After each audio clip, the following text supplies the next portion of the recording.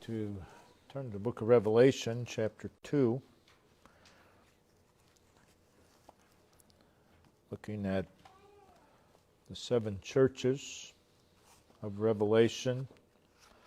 Tonight we want to look at the first church that is addressed. And we said last week, seems like the order of addressing these churches is more geographical than anything else. We also said last week that we'll take one message for each church, but that's not true because we're going to do 2 on this first one, and we'll see from there. But verses 1 through 7, unto the angel of the church of Ephesus write, These things saith he that holdeth the 7 stars in his right hand, who walketh in the midst of the 7 golden candlesticks. I know thy works, and thy labor, and thy patience, and how thou canst not bear them which are evil. And thou hast tried them which say they are apostles, and are not, and hast found them liars.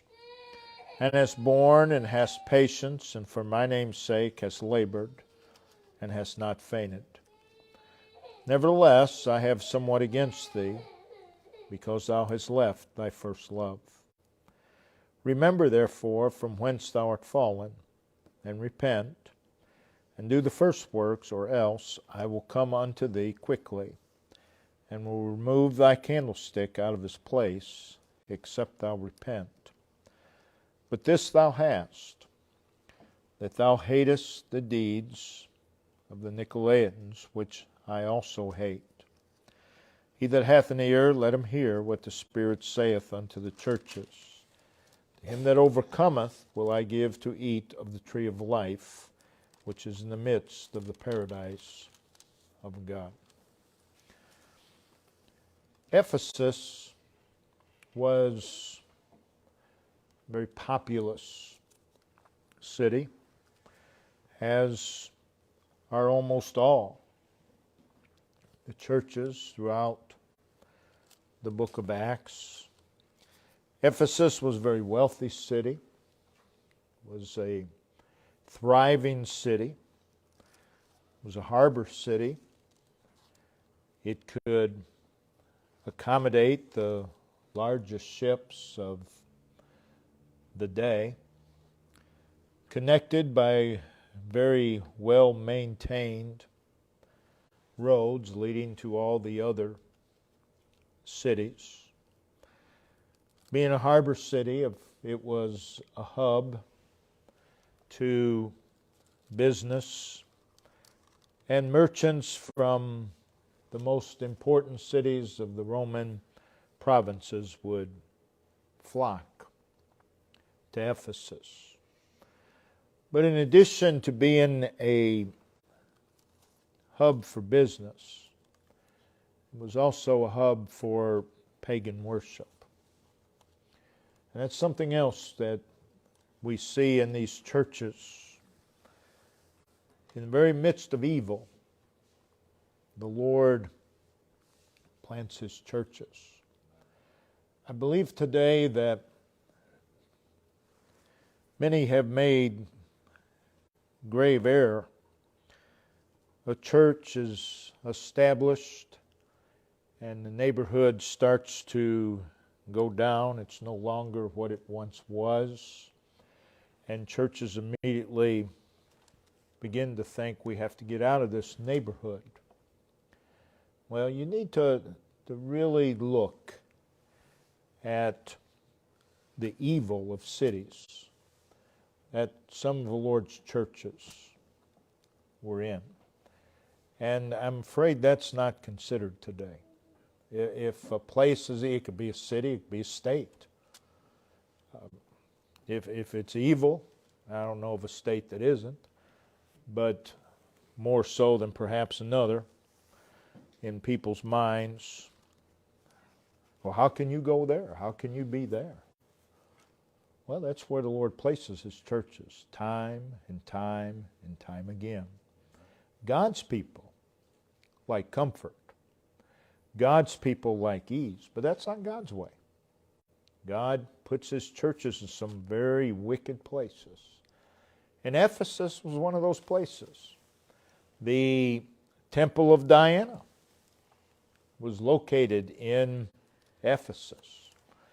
Temple of Diana was a very impressive structure.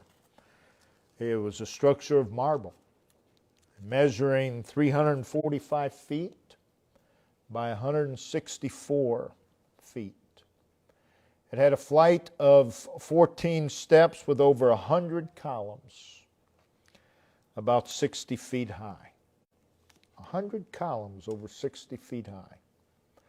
And in the inner shrine of this temple was the image of the goddess of Diana, the symbol or the goddess of fertility. It was claimed from Acts 19:35 that she had fallen from heaven. With the worship of Diana came not only idolatry, but also immorality. And again, she's the goddess of fertility. So businessmen and merchants would flock to the temple of Diana to have their sexual fantasies fulfilled. This is what went on in Ephesus. The temple would also be attended by numerous priests and slaves and thousands of priestesses who were ritual prostitutes, basically. And they played a major role in the worship of Diana. In fact, the city of Ephesus became known as the Vanity Fair of the ancient world. Yet, there in the midst of a godless city, the Lord planted one of His churches, as He so often did in New Testament times. Ephesus, of these 7 churches, Ephesus is the only one that we have scriptural historical information. Paul, at the end of his second missionary journey, visited Ephesus. Notice in the book of Acts, chapter 18, Acts chapter 18, verse 18, and Paul, after this, tarried there yet a good while, and then took his leave of the brethren, and sailed thence unto Syria, and with him Priscilla and Aquila, having shorn his head in Cenchrea, for he had a vow. And he came to Ephesus. And he left them there, that is, Priscilla and Aquila. But he himself entered into the synagogue and reasoned with the Jews. And when they desired him to tarry longer time with them, he consented not, but bade them farewell, saying, I must by all means keep the feast that cometh in Jerusalem. But I will return again to you, if God will. And he sailed from Ephesus. So that's the first time he went to Ephesus, and he went into the synagogue, and he taught. Well, and then you go down to Acts 19, verse 1, he returns. And it came to pass that while Apollos was at Corinth, Paul, having passed through the upper coast, came to Ephesus. And he found certain disciples there, and you can read about them in verses 1 through 7. He rebaptizes them, and then, as his custom was, he entered the synagogue and preached, And from verse 8, we see he did this for 3 months. And the result of that is recorded in verse 9, but when divers were hardened and believed not, but spake evil of that way before the multitude, he departed from them and separated the disciples, disputing daily in the school of one Tyrannus. So for 3 months he taught and preached in the synagogue, and the results were people hardened their hearts. He goes to the school of Tyrannus, and he was there for 2 years. And we see that in verses 9 and 10. And the result of that, we see in verse 18 and 19, and many that believed came and confessed and showed their deeds. Many of them also, which used curious arts, brought their books together and burned them before all men. And they counted the price of them and found it 50,000 pieces of silver. So mightily grew the word of God and prevailed. So what you need to note here also is there he is in the very center of Diana worship. And he preached.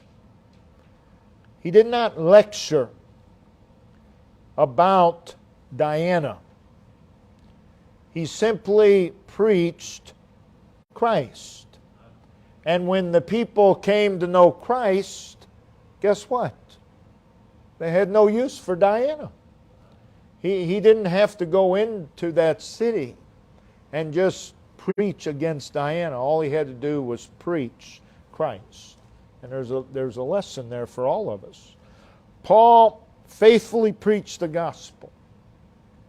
And the magic and idolatrous trade was greatly hurt. And a New Testament church was established in the city of Ephesus. Now, by the time you get to Revelation, it's been about 45 years. So a new generation has come into the church. And you see, the first thing Christ does in His message to the church of Ephesus, just as He does with all the others, He presents Himself to them. Why? Because that's what they need. That's what we still need. He is the solution to everything. In verse 1 of chapter 2, he presents Himself as He that holdeth the 7 stars in His right hand. In chapter 1, Christ was revealed to John standing in the midst of the 7 golden candlesticks with 7 stars in His right hand. Christ explained that to John in chapter 1, verse 20. The 7 stars are the 7 messengers of the churches. So Christ is holding these messengers in His hand. That speaks of several things. It speaks of Christ's authority and control over the messengers. This is how Christ presents Himself to this church, as the one who has authority and control. But it also presents a picture of His love and His care for these messengers and for the church, and His protection of them. He also reveals Himself as the one who walketh in the midst of the 7 golden candlesticks. The candlesticks also are explained in verse 20 of chapter 1. They are the 7 churches. They are golden candlesticks, showing that they're precious. They're very precious. Every one of the Lord's churches, then and now, is a candlestick. That is, they have an opportunity to be a light, a lampstand, shining forth Christ's light in a dark world. That is why the Lord places His churches in darkness. He places them in very dark areas so that they can be a light. And something is wrong when an area becomes darker and darker. The church who's supposed to be the light says, well, we need to go somewhere else where it's more light. You've forgotten your purpose. And it's happened throughout history of our churches, and even more so today. So churches do not create and manufacture the light. They're the candlestick. All they do is reflect it. And that's the responsibility of the Lord's church. Christ is the light, and He walketh in the midst of His churches. And the churches are to reflect that light. But the fact that He walks in the midst of His churches speaks, He is presenting Himself as the one who is alive.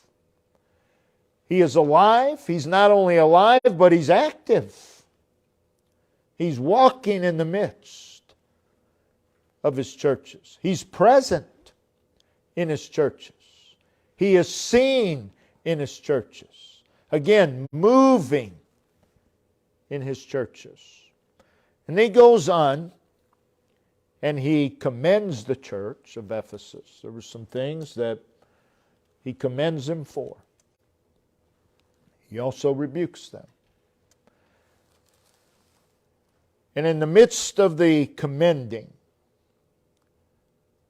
what did they need to be reminded of? Christ. That's why He presents Himself. In the midst of the rebuke, what was it that they need to be reminded of? What was it that they needed? It was Christ.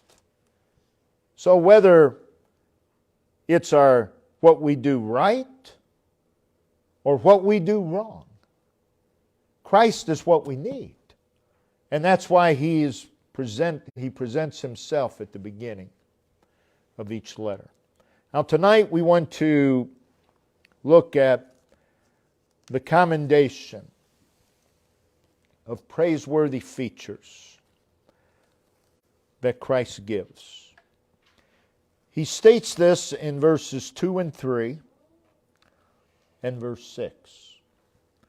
In verses 2 and 3 He says, I know thy works and thy labor and thy patience. It's present tense. These are things they were still doing after 45 years. And how thou canst not bear them which are evil, and thou hast tried them which say they are apostles and are not. So they've had to deal with false teachers, and hast found them liars. And hast borne and hast patience, and for my name's sake hast labored and hast not fainted. Verse 6, this thou hast, again present tense, that thou hatest the deeds of the Nicolaitans, which I also hate. So what is said in these verses reveals that the church of Ephesus was strong. They had their fault, and we'll get to that. But it was a strong church. It was a steadfast church. They were sound in theology. They were earnest. They were zealous. They were busy in the Lord's work. All of these things could be said of this church. Now, none of those things makes up for what He has against them, which we'll get to next week. But notice what the Lord commends them for. He says in verse 2, I know thy works. That is, I know what you've done. I know all about them. And labor. And labor. The word labor means to put forth effort, to strive, to achieve. So it was a church that was putting forth effort. They were striving to achieve some things. In other words, the church of Ephesus was not spiritually lazy. They were not spiritually listless. They put forth zealous and fervent efforts when it came to the matters of the Lord. When it came to the work that the Lord gave them to do, they were fervent. They were zealous. They were not lazy. They were zealous in the service of the Lord. That should be a marked characteristic of all the Lord's churches, that they labor in what God has given them to do. The second thing he mentions, verse 2, I know thy patience. I know thy patience. The very next thing he says, and how thou canst not bear them which are evil. You say, well, that's impatience. Well, first of all, the word patience, all through the New Testament, is referring to the ability, it's referring to endurance. It's referring to the ability to bear pains and trials calmly. So that tells us that this church was not without difficulties. But they bore these things calmly. Calmly. It means to continue on in spite of obstacles. You can imagine the church of Ephesus, in a city like Ephesus, they had obstacles. They had obstacles. The very beginning of the church, the very establishment of the church, did damage to the whole system of Diana worship. They had obstacles. It is the ability to manifest forbearance under provocation or strain. It is to be steadfast in the face of opposition, difficulty, and adversity. So this is a church that had some difficulties. And some of the difficulties were from within. The Nicolaitans and those who said they were apostles or preachers and weren't. Those were problems within. And then they had problems without. From all the ungodliness that was all around them. But they were able to bear. They were able to endure all these things.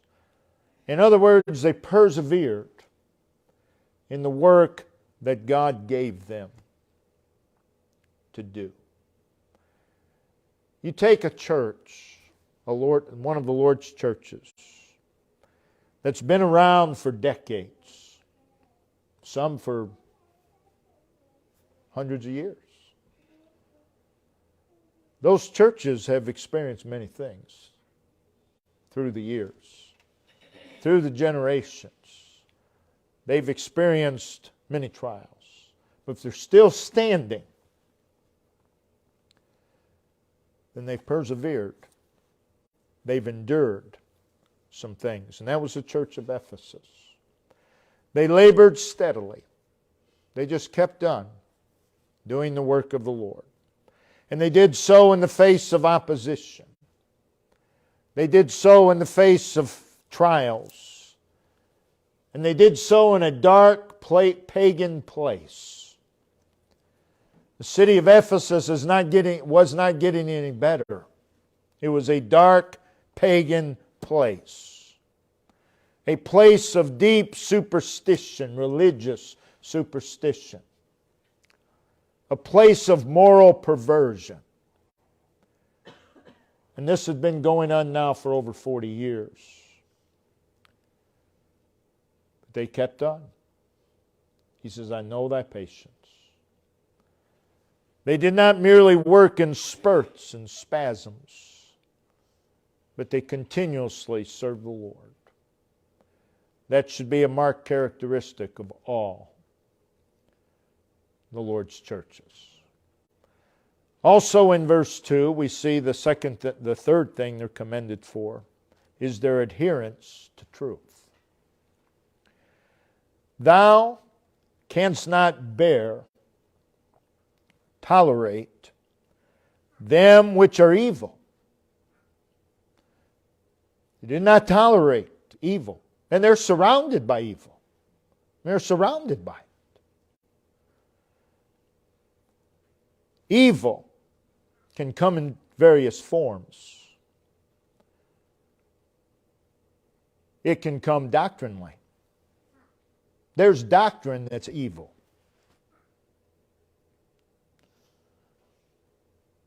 It can come morally.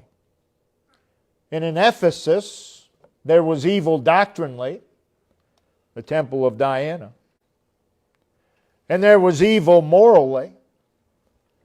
But to the church of Ephesus, evil, whether it was doctrinally or morally, was unacceptable.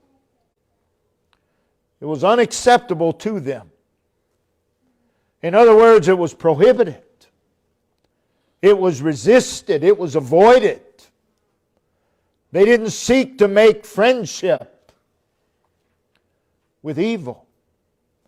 They did not compromise the truth. Here we are in the wicked city of Ephesus. Not you and I personally, but them. They didn't try to get along with evil.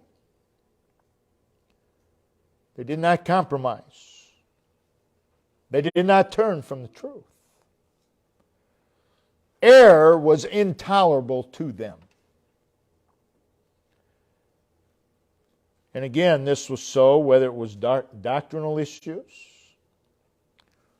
or moral issues. That doesn't mean that you mistreat those who are in doctrinal error or are immoral. We're not to mistreat them. We're to show them love, but we're not to show them acceptance, whether it be doctrinal or moral. We cannot approve of what they do. And this was the church of Ephesus. They did not tolerate. Thou canst not bear them which are evil. Speaks of the fact that the church of Ephesus was not interested in fitting in the city of Ephesus. They weren't interested in being accepted by the city of Ephesus. That's not their goal. That's not what they're there for. They're there to be a light. So their aim and goal is not to be accepted. Now again, that doesn't mean that you go out and just do ignorant things. But that's not the aim. We have to get the community to like us. Well, if you stand for truth, I got news for you. Most are not going to like you. Didn't say all. Lord's gracious to us. But in a day of tolerance and acceptance and accommodating and embracing that which is wicked, the Lord's churches must not be tolerant of that which God condemns.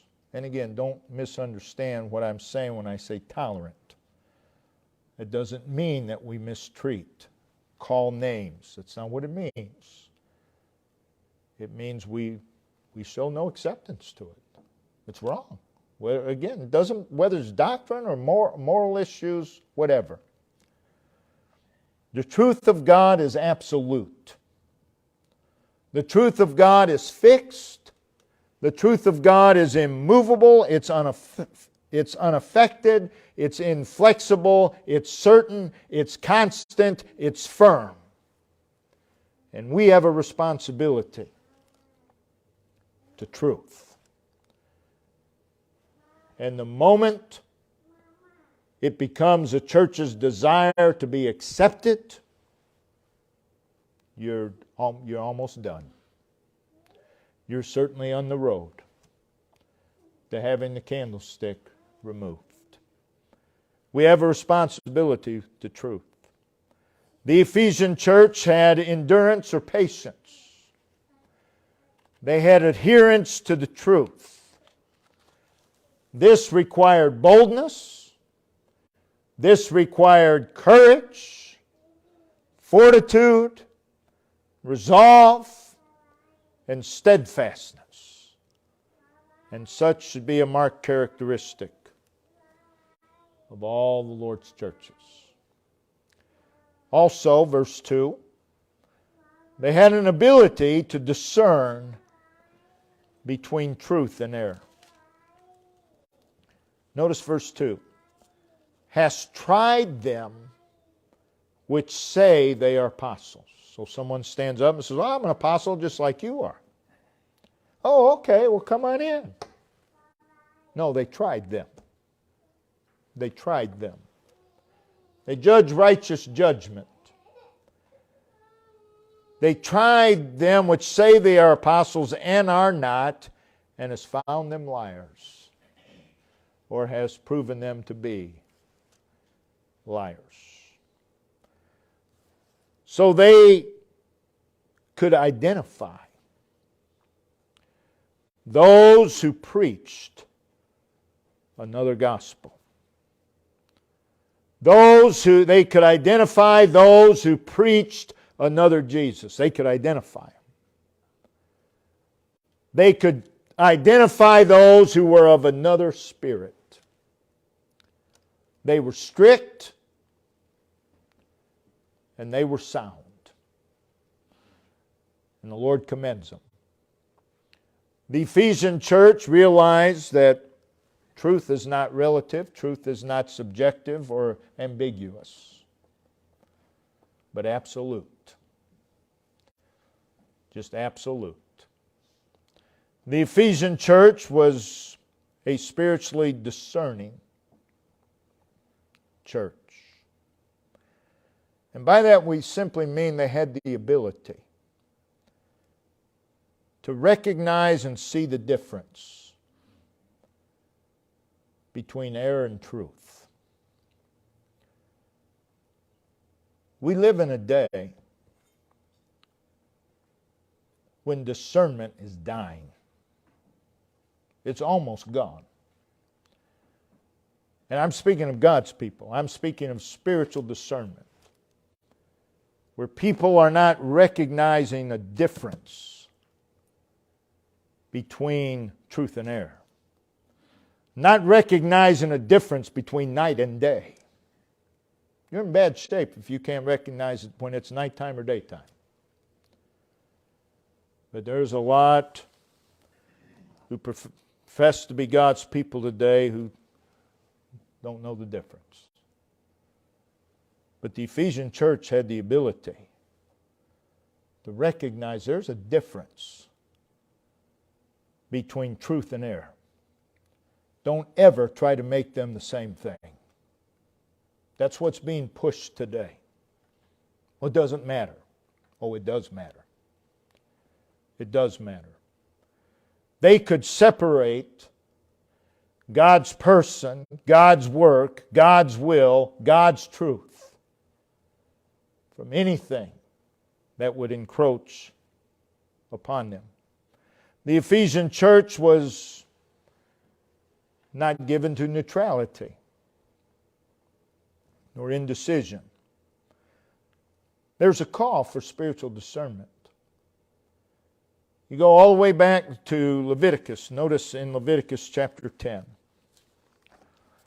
Leviticus chapter 10. Because when we lose our ability to know the difference between truth and error, you're done. You have no purpose. Leviticus 10, verse 10, that ye may put difference between holy and unholy, between unclean and clean. There's a difference. And we must be able to put a difference between them. Leviticus 11, verse 47. To make a difference between the unclean and the clean. It's talking about the offerings.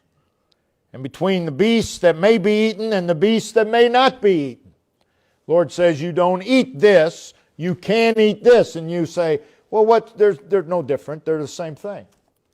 Well, if they're the same thing, the Lord wouldn't tell you not to eat one and eat the other. They're not the same thing.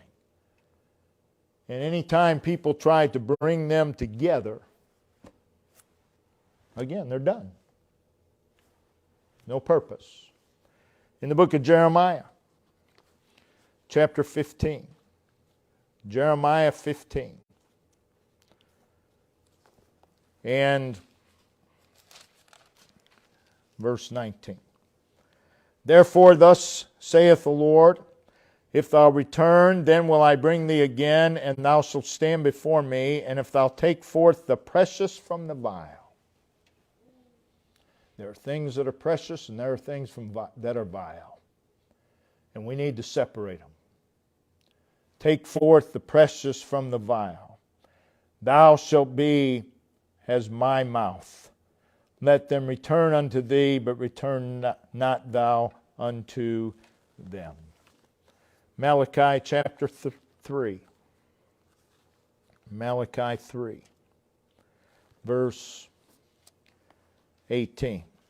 Then shall we return and discern between the righteous and the wicked, between him that serveth God and him that serveth him not. There's a difference. And God's people need to recognize the difference and maintain the difference.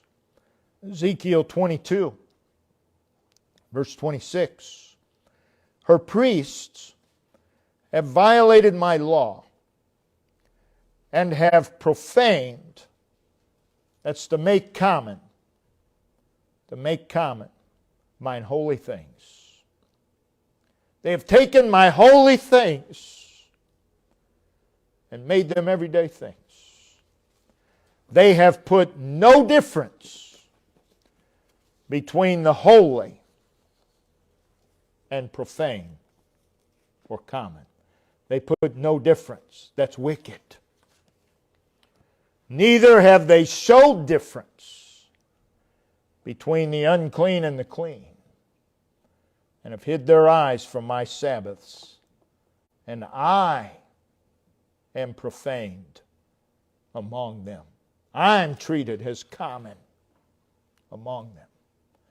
Spiritual discernment is absolutely critical to the existence of the Lord's churches. Has to be. We cannot lose our discernment. We must always realize there's a difference between thus saith the Lord and whatever man has to say. There is a fixed pattern. It is God's pattern. There is a fixed pattern for values. There is a fixed pattern for morals. There is a fixed pattern for conduct. There is a fixed pattern for polity in the Lord's churches. There is a fixed pattern for doctrine, and we must always be able to discern God's pattern from the world's pattern.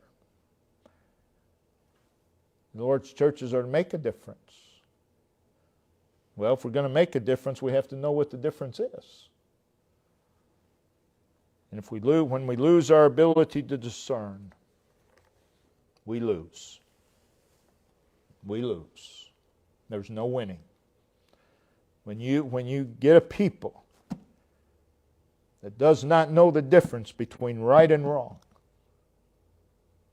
between moral and immoral, between truth and error, oh, what is lost?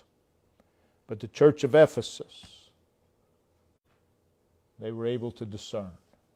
And they knew there was a difference between true apostles and false apostles. And they manifested the difference. Then notice in verse 3, it says something about their loyalty.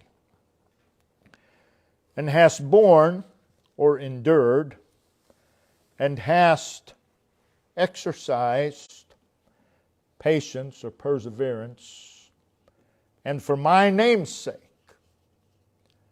that is, in my behalf, for my purpose and my cause, hast labored, and here's what we want to notice, and hast not fainted. What we have here is a summation of what has already been said of them. But added to it is, hast not fainted. They didn't quit. In the teeth of fierce opposition from the ungodly, they didn't lose heart. They stood firm. In the midst of the enemies, they boldly confessed the truth. In the face of hardship, in the face of trial, in the face of persecution, they confidently and continually served the Lord. They were strong. They were steadfast. That needs to be a marked characteristic of all the Lord's churches. They also had a hatred of erroneous or destructive practices.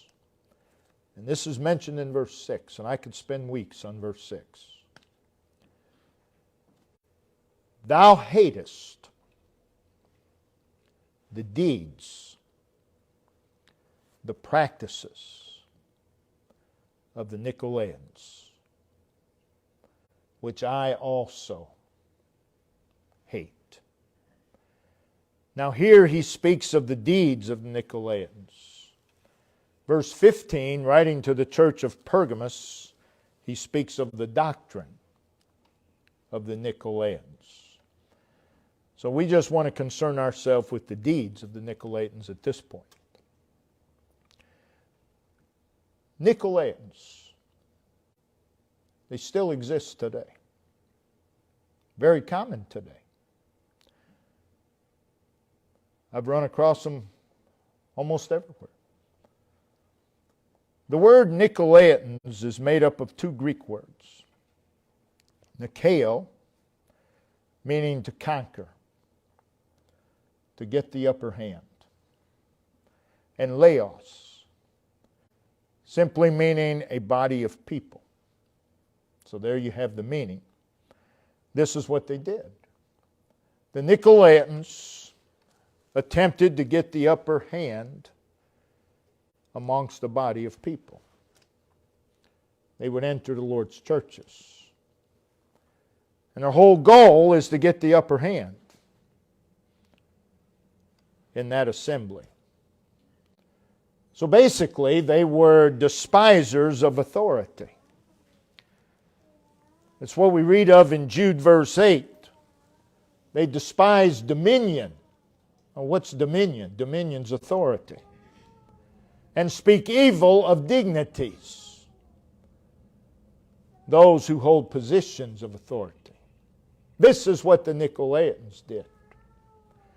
They are opposers of God-placed authority. So it's no wonder they show up in the Lord's churches from time to time.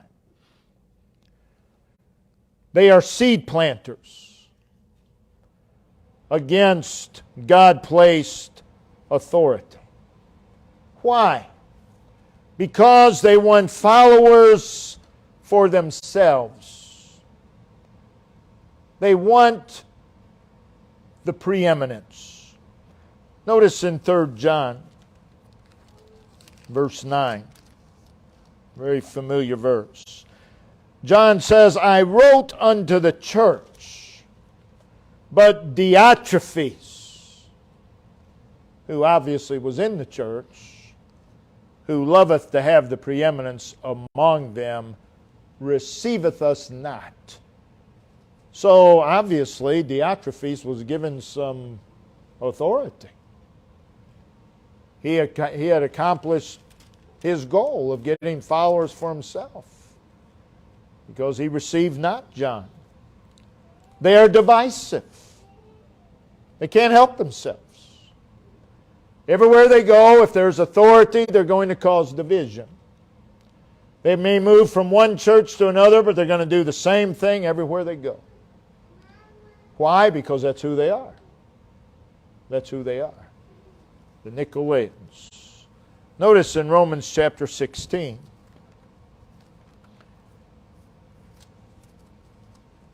And these individuals will destroy a church. But the Ephesians stood against them. Romans 16, verse 17 and 18. Now I beseech you, brethren, mark them which cause divisions and offenses contrary to the doctrine which ye have learned. So there has to be a standard. You have to know the difference between truth and error and avoid them. For they that are such serve not our Lord Jesus Christ, but their own belly. They only serve themselves. They want followers of themselves, and by good works and fair speeches deceive the hearts of the simple. They're experts at it. And they can pick them out. They can pick them out in an assembly, the weak ones, and they'll go after them. They have that ability. They are vain talkers and deceivers. We read in Titus chapter 1 and verse 10. They're much like Absalom. We don't have the time tonight, but 2 Samuel 15 verses 1 through 6. Absalom stole the hearts, according to verse 6 of 2 Samuel 15, of the men of David. He set himself out against the subjects of David to diminish and to take away their affection, their zeal, their sense of loyalty to David. He carefully cultivated an impressive and enticing image. There in verse 1, he had his chariots and he positioned them just so, and he was diligent in his work. And Absalom rose up early. He knew where to position himself. Verse 2, and stood beside the way of the gate. He knew exactly where to position himself. And he was there to discourage. He was there to plant seeds of doubt. We see that in verse 3. He was there to suggest there's a better way than what David says. And by the way, I have the better way. I'm here to tell you there's a better way. And hey, guess what? I know it. Just listen to me. That's what the Nicolaitans did as well. These people have existed a long, long time, thousands of years.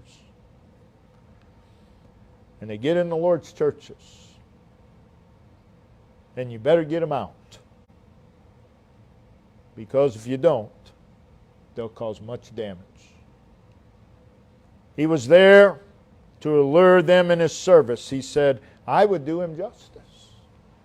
You people have a lot of problems, but David can't handle all your problems. But if I was in a position of authority, I would do you justice. Wouldn't be like it is now. None and none he went. And that's basically what the Nicolaitans did. They stole the hearts of God's people. But the Lord said concerning the church of Ephesus, thou hatest the deeds of the Nicolaitans. They didn't put up with it. And the Lord also added, which I also hate. Which I also hate. And again, I could go on for weeks telling you about the Nicolaitans. I've seen them so many times I can walk in a church and pick them out. And I believe be 99.9% accurate in doing so because they're all the same. They're all the same. But they're enemies to the truth. So in closing, Christ commended the Ephesian church for their works, for their labor, for their perseverance, for not tolerating evil, for trying false prophets, for their discernment concerning false prophets, and for their laboring without fainting. And they were commended for their doctrinal soundness and their stability. And from all this we see that it was not the goal of the Ephesian church to be accepted, but they were there to contend for the truth, for the faith. And the Lord was pleased with these characteristics. So the Lord had many good things to say about the church of Ephesus. But He also had a word of rebuke. And it was something very, very serious. And all their good, all the things they were commended for, did not change, did not lessen what they were rebuked for. And we'll look at that next week, which is verse 4. Nevertheless, I have somewhat against thee. And I believe the Lord can say that of every single one of His churches. Nevertheless, I have somewhat against thee. Can say that about each and every one of us individually. No matter how much we may be commended for that one thing, that one nevertheless should very greatly concern us. So we'll look at that next week. Brother Ben, if you'll come and lead us